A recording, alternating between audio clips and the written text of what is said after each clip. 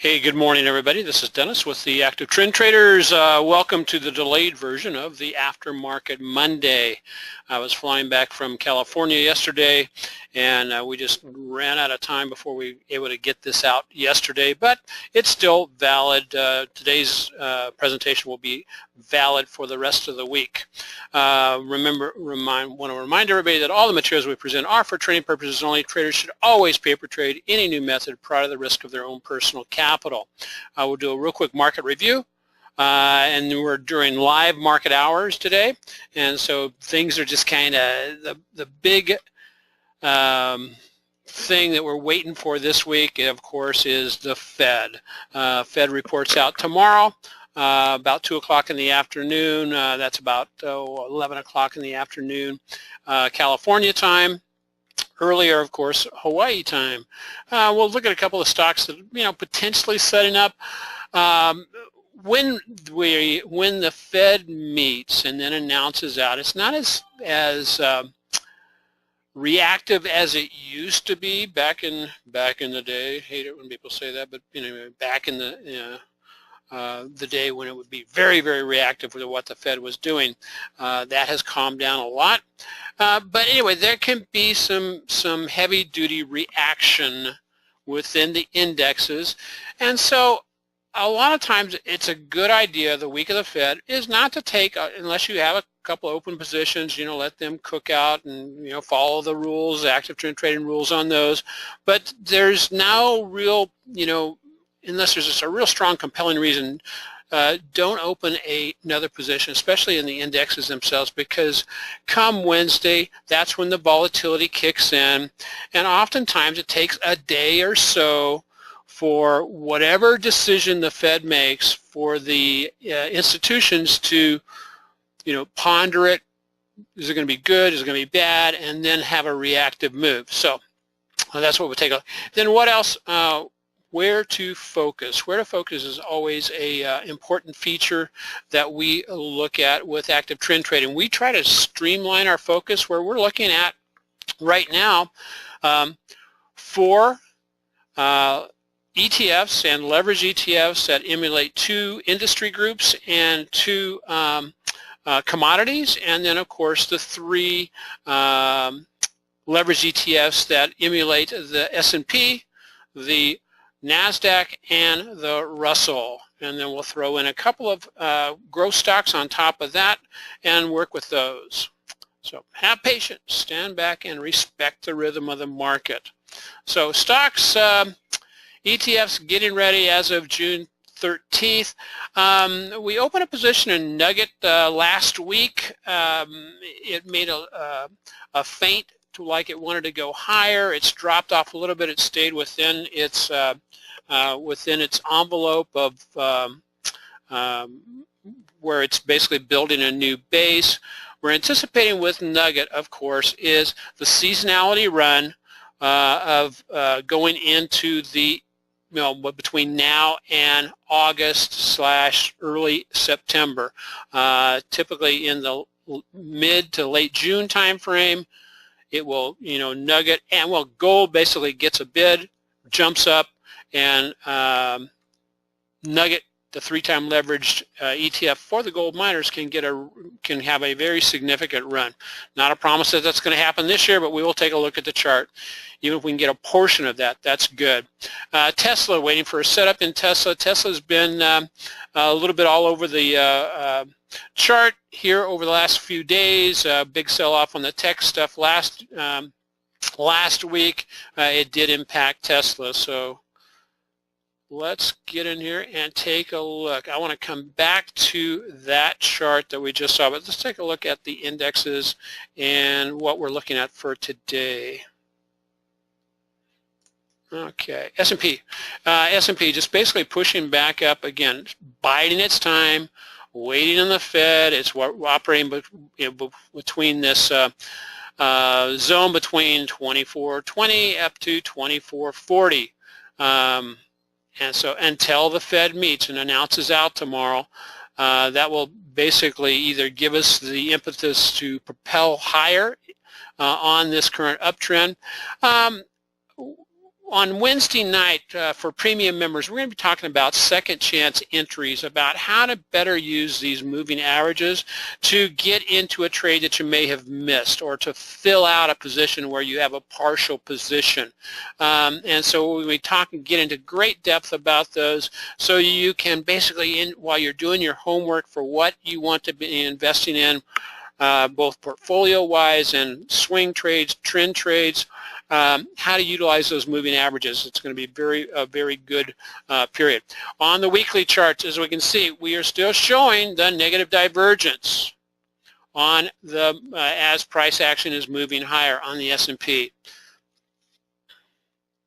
NDX, NDX, there we go. NDX. Hey, we had a really great sell-off on NDX last Friday. Monday, you got a nice little kick up off of the 50-day moving average, and bounces, and it found resistance right now at the 20, and has basically stopped dead in the water. Where will it go from here? Again, this is one of those where the NASDAQ may wobble around here until the Fed meets, and then the Fed will come out. And one of the big issues with the Fed is that the rate hikes that it has, put in place so far has not had an effect the way they typically are to slow the economy or to cool off the economy. And so, the longer-term interest rates that people look at are actually slipping and going, and dropping, and that's what the businesses are basically taking the shorter term or longer term interest rates. I don't really follow interest rates that much, but there's some divergence between the two, and what the Fed is doing so far, unless they really boost those short-term rates, maybe a couple of percent, a couple of not points, but a couple of half point or quarter points, it may not have the desired effect on the economy. So anyway, that's the NASDAQ. Let's take a real quick look at the Russell. Russell, R-U-T. Russell basically has gotten up into a level of resistance.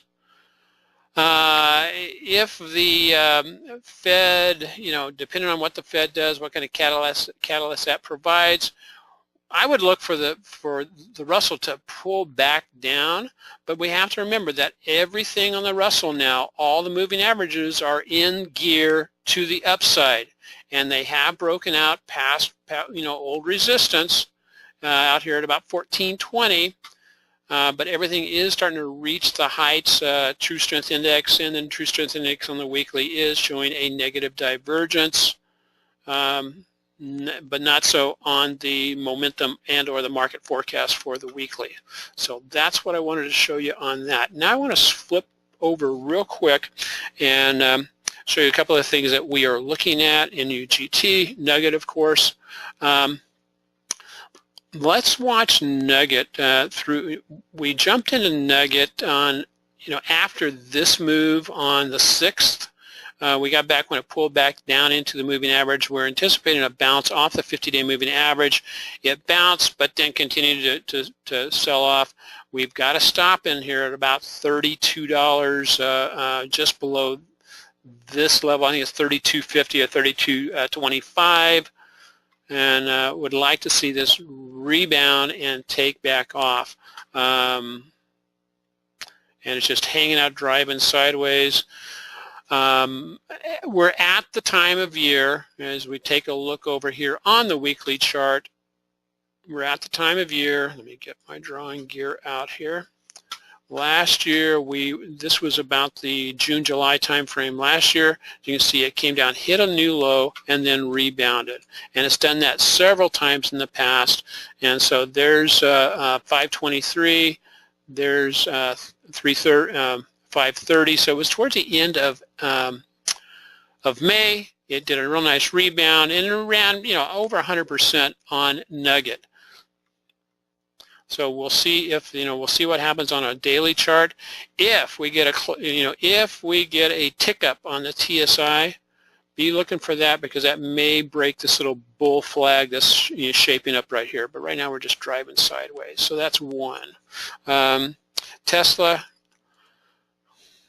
is bouncing around all over the place.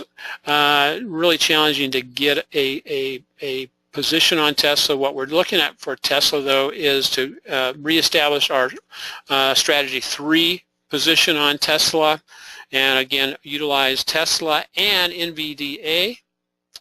Get a strategy 3 position on that, but then use both of these for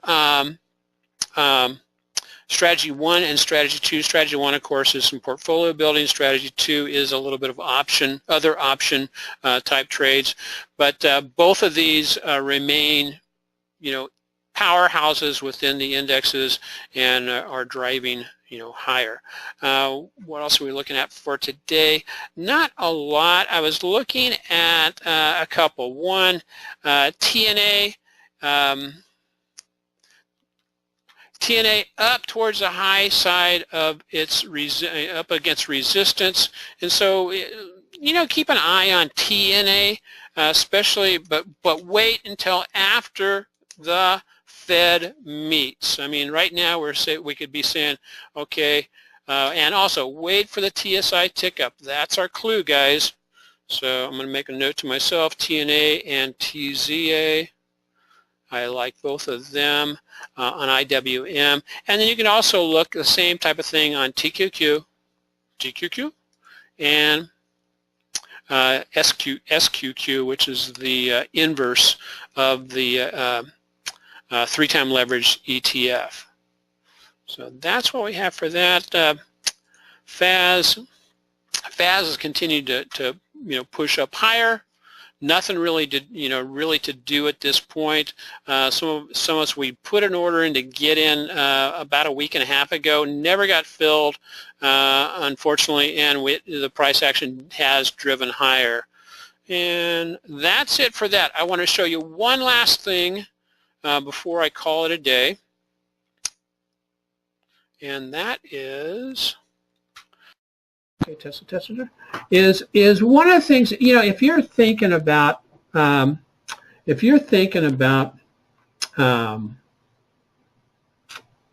an active trend trader with the active trend trading service, one of the things, one of people ask me, why are you focusing primarily on 7 leverage ETFs? Well, part of the reason is that they have a really great history, and in this particular area, hope you can still, let me check my audio here. Okay, yeah, it's working fine. In this particular area, as you can see, this is some back testing we started doing with the GDX, which is the gold miner, one-time leverage or non-leveraged ETF. And it's taken basically, going back to 2006, and it shows that every year it's had at least 2 runs or more every year since going back to 2006 through 2017. It's already had a couple this year. The average move, and we could kind of throw out the one in 2008 where it got up 300 points, and this is half of what it actually did during the year. But throw out the outliers, and we end up with averaging about 60% per year, and that's trading in and out about 2 to 3 times during the time frame. And that's not a guarantee that that's going to happen all the time, but you have to look at the historical significance of this, and the historical significance of this is that it is going to repeat in some way. We know gold does fluctuate, gold miners fluctuate, and this gives you just a picture. If you had a $2,000 account and you started, just trading this, you trade the full $2,000 in, $2,000 out, this would be the return you'd be looking at if you caught just half of the move during the year. And so what I believe is that if I focus on leverage ETFs like gold miners, and the leverage ETF, of course, is NUGT.